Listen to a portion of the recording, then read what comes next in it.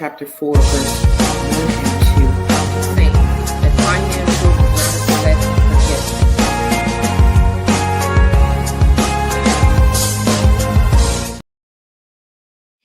Hey there. Welcome to another episode number 75, in fact, of the Radical Godly Stewardship podcast. This is where kingdom principles meet practical stewardship and where we teach believers how to produce, multiply, and dominate according to Yah's design. I am your host, Dr. Lexi Johnson.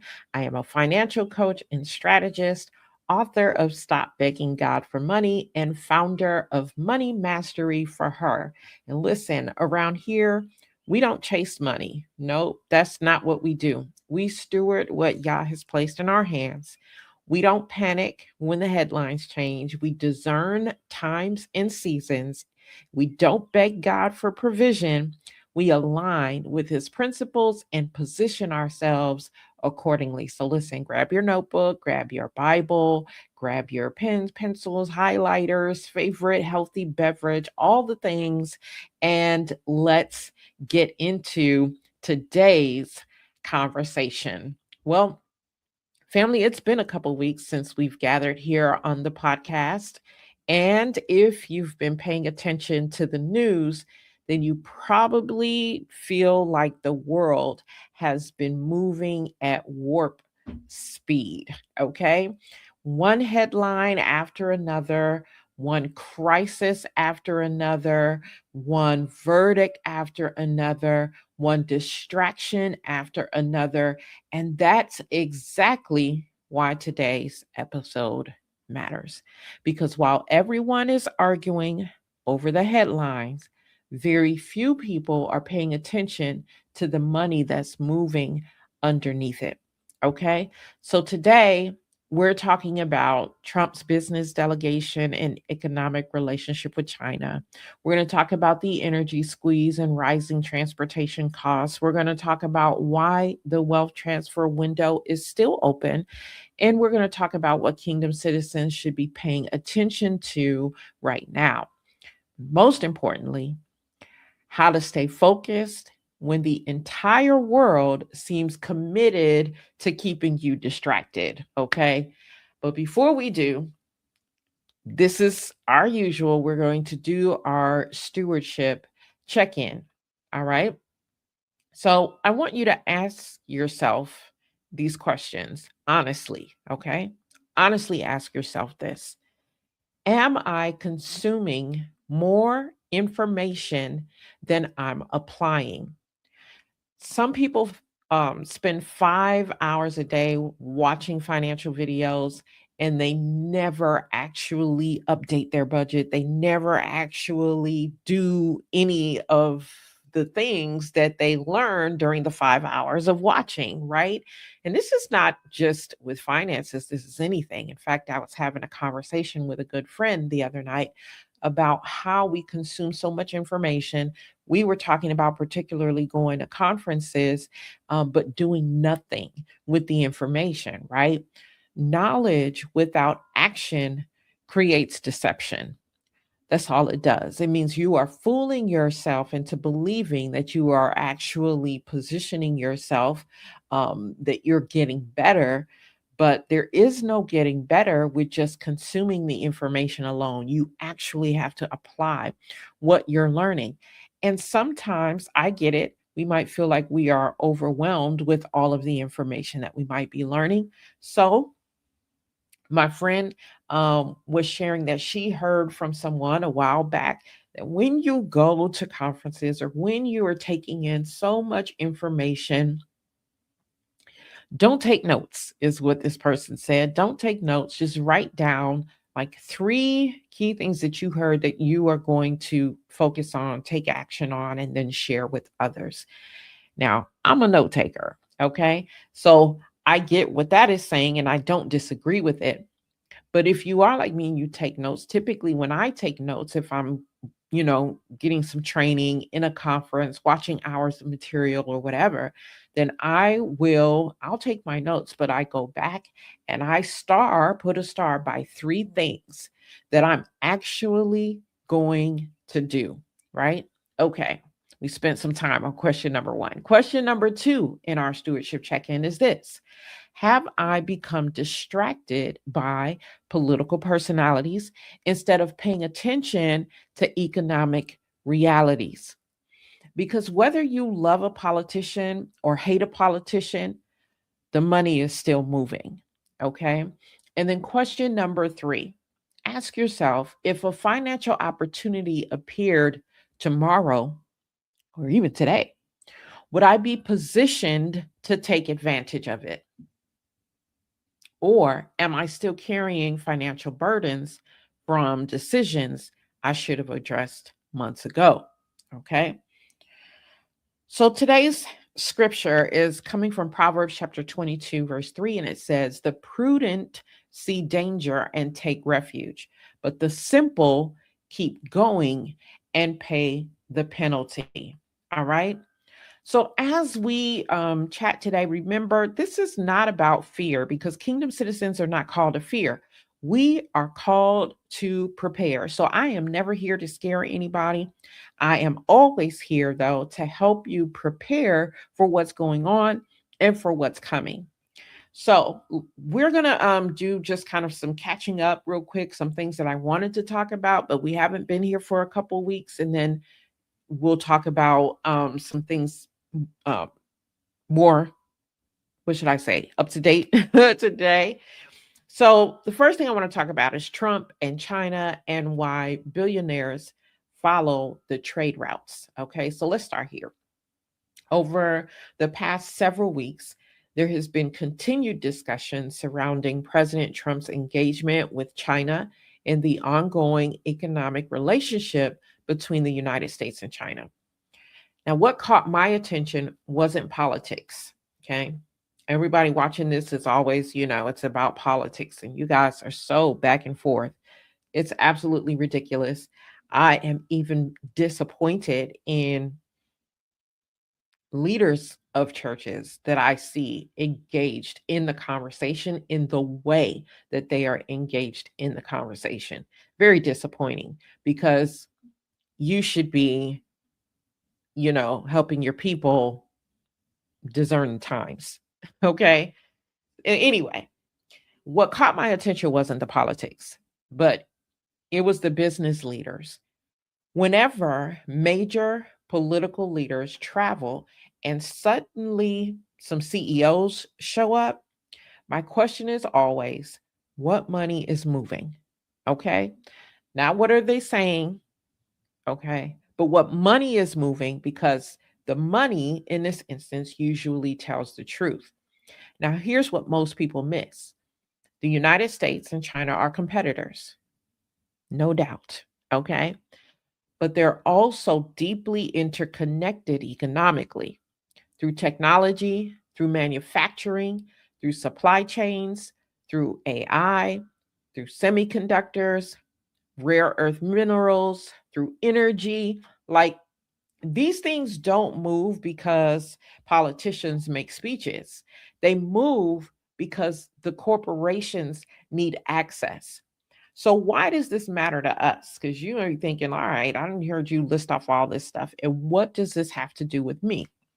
Listen, the average person hears China and you think about foreign policy, you're not even listening. But an investor, okay, will hear China and think about supply chains, again, manufacturing, AI, semiconductors, logistics, energy.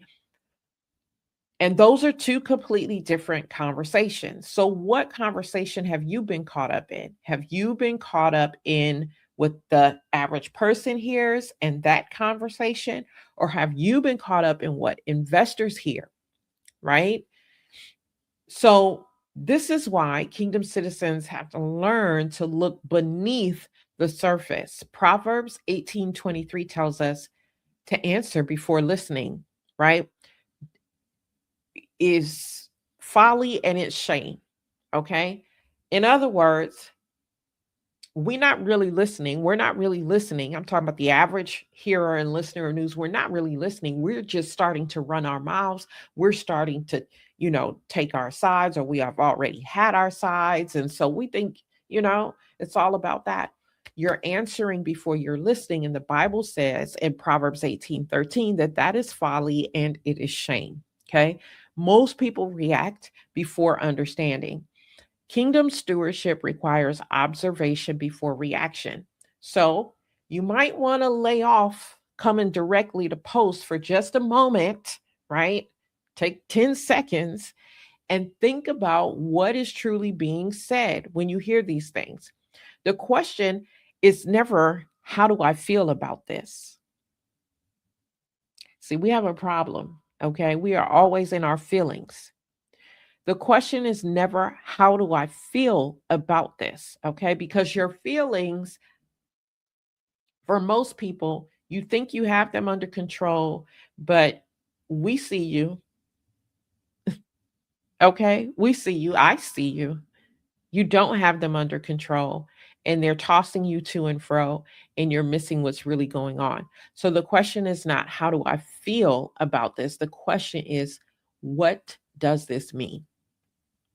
What does this mean? Okay. So again, Trump went over there with all these CEOs. What does that mean? Where's the money moving? All right. The next thing that I want to talk about briefly that I've wanted to talk about over the last couple of weeks, of course, is the energy squeeze that nobody's talking about. And it's actually hitting your pockets and my pockets. Energy, yes. And I'm not just talking about gasoline. I'm talking about everything that's connected to energy, transportation, shipping, motor oil, lubricants, manufacturing, agricultural, food distribution, all of these things and more. Every product that you touch moved through an energy dependent system. Okay. And many analysts have been warning that energy costs remain a major inflationary pressure. So think about this. When transportation costs rise, businesses don't absorb those costs forever. Initially, they may try to take on those costs, but eventually they pass the cost to the consumers, right? And the consumers are you and me, right? Now, hopefully, we're all more producers than we are consumers, but listen, we have to consume some things, right? It's just life. So that's you and me, that's everyone, right? Take the motor oil. One thing many people aren't paying attention to is rising maintenance costs. Just between just from April to June, right? We've seen prices cost go up. We've seen costs go up for tires, right? Or for just different repairs you might be getting at auto shops, for your oil changes, for parts, for transportation services, right? All of these industries have been dealing with higher costs. And when maintenance becomes more expensive, guess what people do? People delay the maintenance, then bigger problems occur, then larger expenses show up later. Can you see like how this is such a downward spiral? So the bigger lesson here is the lesson isn't really about oil. The lesson for us is about preparation. Kingdom citizens can't wait. Don't wait until the prices spike before becoming disciplined. They prepare before the pressure arrives. And I must have been preaching this now for about, I don't know, 2, 3 years, right? About getting prepared and being prepared. Joseph didn't wait for the famine to actually show up before he put his um, the strategies that the Lord gave him into place. He prepared during times of abundance. And that's the lesson, right? Not fear, but preparation. Okay. Not panic, but planning. Not hoarding, but stewardship. All right. Because I found this too, because sometimes people think, I'm just going to stock up on all this stuff, right? And sometimes the things have expiration dates, they have, things when they're no longer good. I can be talking about food. I can be simply be talking about, I don't know, tests to see if you have a certain plague or not, right? These medications, whatever, these things have expiration dates. So people will hoard, hoard, hoard. And then come to find out, they didn't have to use the things and now they have to throw things away because they're expired. So we have to be very careful, even with our preparing and the inventory that we have, that we're being good stewards and we're not wasting things, right? Anyway, that's a whole nother discussion. All right. So it's about preparation. Okay. These costs are going up. I think they're going to go up some more.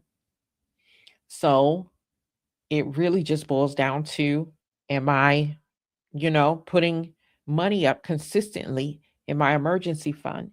Am I, in my allocation categories, which here we talk about four, okay, five technically, but one is just where all the income comes in. But then we have our discretionary, we have the household expenses, we have charity, and we have legacy, right? Those four buckets where you are allocating your funds every time money comes in. There's already a designated percentage that's going towards that, so that as these costs and things rise, you know, you're prepared, right? Because you have been putting the money aside in your proper buckets, when times are good and when times are bad. So let's move on to something else. The quiet wealth transfer window is still open. Now, here's what I really want you to hear. While everyone is distracted, the wealth transfer continues, right? Now, most people, churchy folks, when you hear wealth transfer, you think that it's some kind of event that's coming in the future, but it's not an event, okay? It is not an event, it is a process. That's what it is. Now, what does it include? Well, it includes baby boomers who are continuing to exit the workforce. And if you're paying attention and thinking straight, you're not being distracted by all of the noise out there in politics, in Hollywood, and all of that. If you're thinking straight, you're thinking about, what kind of services will these boomers need? What do they need as they are now exiting the workforce? And it's a lot of them, right? I don't have to invent something completely new, but what are they going to be needing now that they're retired? And maybe I need to get myself in that industry in some sort of way, get some of that pie, get some of that wealth. Okay. Businesses continue changing hands, properties continue being sold, right? I'm talking about, like, this wealth transfer is a process. Things are going on now that you can take advantage of and position yourself for wealth, right? Assets continue being transferred. Retirement transitions continue to happen. And as all these things are going on, there are opportunities for you to create wealth. See, most people imagine a wealth transfer like winning the lottery or something like that, coming into an inheritance or something like that. That's all well and good, but that's not how wealth transfer works. It happens through businesses. Whether you're establishing a business, purchasing a business, selling a business, whatever the case may be, it happens through real estate. Okay, land, property. It happens through investments. It happens through estate planning. It happens through ownership. And when I say ownership here, remember, we know that we are stewards and nothing on this earth is ours. But what I'm saying is, for people who want to become wealthy, the name of the game is accumulation of assets. Okay. And assets, you might think, oh Lord, she's talking about buying buildings and properties and land and, cars, all those things. No, it can be something as simple as putting together a digital course that generates income. That's an asset. Okay. Of course, yes, all those bigger things. But the reason sometimes you don't get going trying to accumulate assets is because you think that it is only the big stuff. Okay. Starts with little things. So if you've been listening to this podcast and you have heard me say repeatedly, hmm, get solvent. And what does that mean? Getting out of unnecessary debt, building reserves, increasing your financial literacy, positioning yourself, because the opportunities don't mean a thing if you're not prepared. I don't know why in 2026 we still have this idea that, oh, when the opportunity gets here, then I'll just magically, spin around and whip myself into shape and I'll be ready for it, right? Ecclesiastes 3:1 says that for everything there is a season. So the question isn't whether the opportunities exist because the opportunities are all around us. The question is, do you recognize the season that you're living in? So let me now tie all of this together. I've talked about China, I've talked about energy, I've talked about wealth transfer. And at first glance, these things might seem like they're just in their own silos, but they're not. They are all related. Okay. The world is restructuring, technology is restructuring, trade is restructuring, energy is restructuring, ownership is restructuring. It's a big restructuring going on. And many people are completely distracted by arguments that won't matter 5 years from now. Okay. Meanwhile, assets are changing hands, businesses are changing hands, opportunities are changing hands, and disciplined people are positioning themselves. What you won't see from me is me getting involved in these back and forth conversations about distractions. You won't see it from me on social media, right? And I'm not saying like some of this stuff doesn't matter, but some of you are carrying that flag and that banner more than you carry the banner of the kingdom of Yah. I'm just saying. Okay. So you won't see me getting into those types of back and forth on social media at all. You won't see me commenting on those things at all. Do I have opinions about those things? Sure. Might I share some of those opinions, with a circle of friends? Sure. But I am not spending my every waking moment on those things because I have a legacy to leave. Okay. I have a legacy to leave. And I understand that we are right now in a period of time where everything is restructuring, everything is changing hands. And some of that is going to get in this hand right here, or these hands right here. Okay. So here's your assignment this week. I want you to review, number one, review your solvency position. How much cash reserve do you currently have? How much emergency funds you currently have? Not what you wish you had, but what do you actually have? And if you have not been actively building your cash reserves, building your emergency funds, then start. And remember, start small. You may not be able to put hundreds away a week, but maybe you can put $5 away a week, $10 away a week. Okay. It's just amazing what the Lord will do when you just start with what you have, right? Right. All right. Number two, review your transportation costs because transportation inflation eventually affects everything else. One of my favorite comedians, Josh Johnson, did this bit on um, more people are now riding the bus. And he's saying he's an, regular bus rider, been riding the bus forever. But now these other people are riding buses, and he talks about how you can tell the difference between who's regular bus riders and who's now just starting to ride bus. The whole bit, it was funny. But again, an indication that transportation inflation is having an effect. Okay. So people are looking for, different ways to get around. And you might want to do that too, right? I know we love our cars and this and that and the other, but I will catch a bus. Okay. I will definitely catch a bus. It's a whole lot cheaper. It's a whole lot cheaper. Okay. I may have to leave a little bit earlier, plan things a little bit differently, but I'll catch a bus. Okay.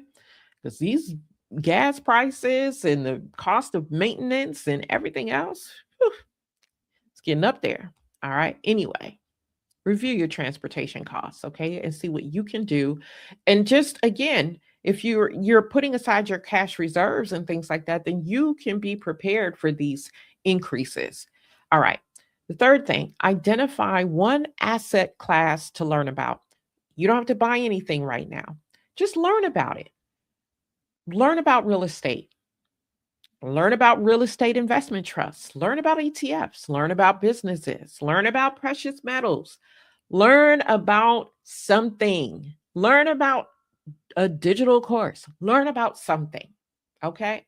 Learn about something this week. Then put some stars to this to what you learn, right? That you can take action going forward. But this week just learn, okay? The fourth thing, reduce one financial distraction. Okay. One subscription. All right. Like this week, I have been actively looking at things that I'm subscribed at and saying, like, okay, how can I do this better? And I actually had already done this at the beginning of the year, but I'm doing it again. Okay. What subscriptions do I still have? And how can I do this better? Especially the subscriptions I have as it relates to running my business, right? That's particularly what I'm looking at this week, right? All right, I got this website here, this one here, whatever, whatever. How can I do this better? How can I streamline? How can I eliminate something, right? Without it having a major effect on what I do from day to day, right? So reduce one financial distraction. Is it a subscription that you can eliminate? Is there an expense you can eliminate? Is there a habit that you can eliminate that you really, you know what I'm saying? We don't really need to be doing that, right? Is there a leak in your finances somewhere that you can eliminate? Just identify one this week and do that. Okay.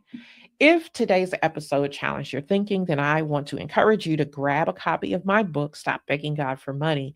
This book is going to help you understand stewardship from a kingdom perspective and begin help you begin building the systems that are necessary for lasting financial transformation. So to get the book, visit my website, authorlexijohnson.com, authorlexijohnson.com.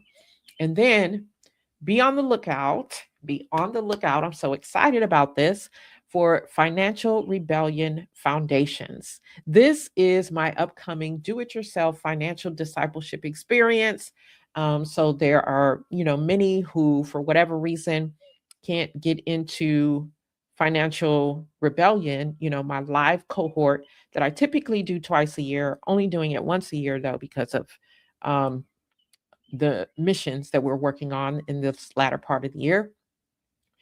But some people can't get into that class because, it either costs too much for them, whatever, scheduling doesn't work or whatever. So I encourage you, keep your eyes open for Financial Rebellion Foundations. This program is designed for people who are ready to move from financial survival into financial strategy. There are going to be 8 modules, but more details are coming very, very soon. It's going to be, like I said, like a DIY. So you can get in there, you can take it at your own pace, and it's not going to cost a lot of money. Okay. That's the exciting part.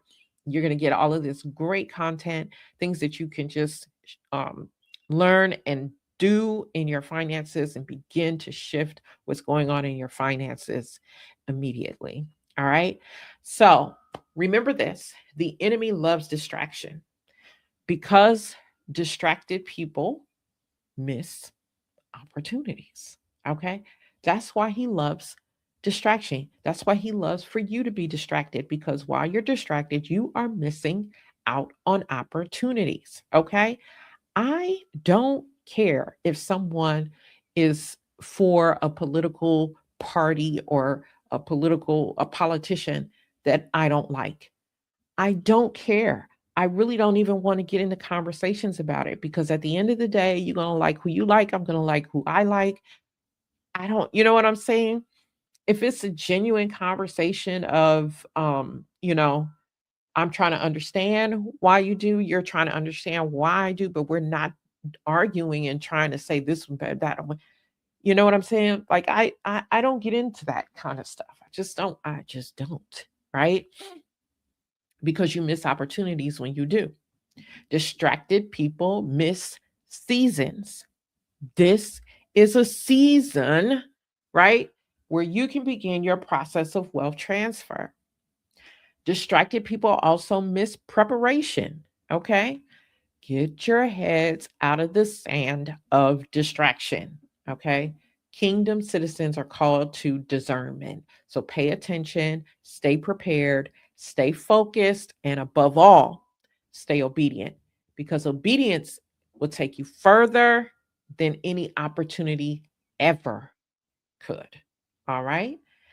This has been another episode of the Radical Godly Stewardship Podcast. I am Dr. Lexi Johnson, reminding you to produce, multiply, dominate, and I'll see you next time.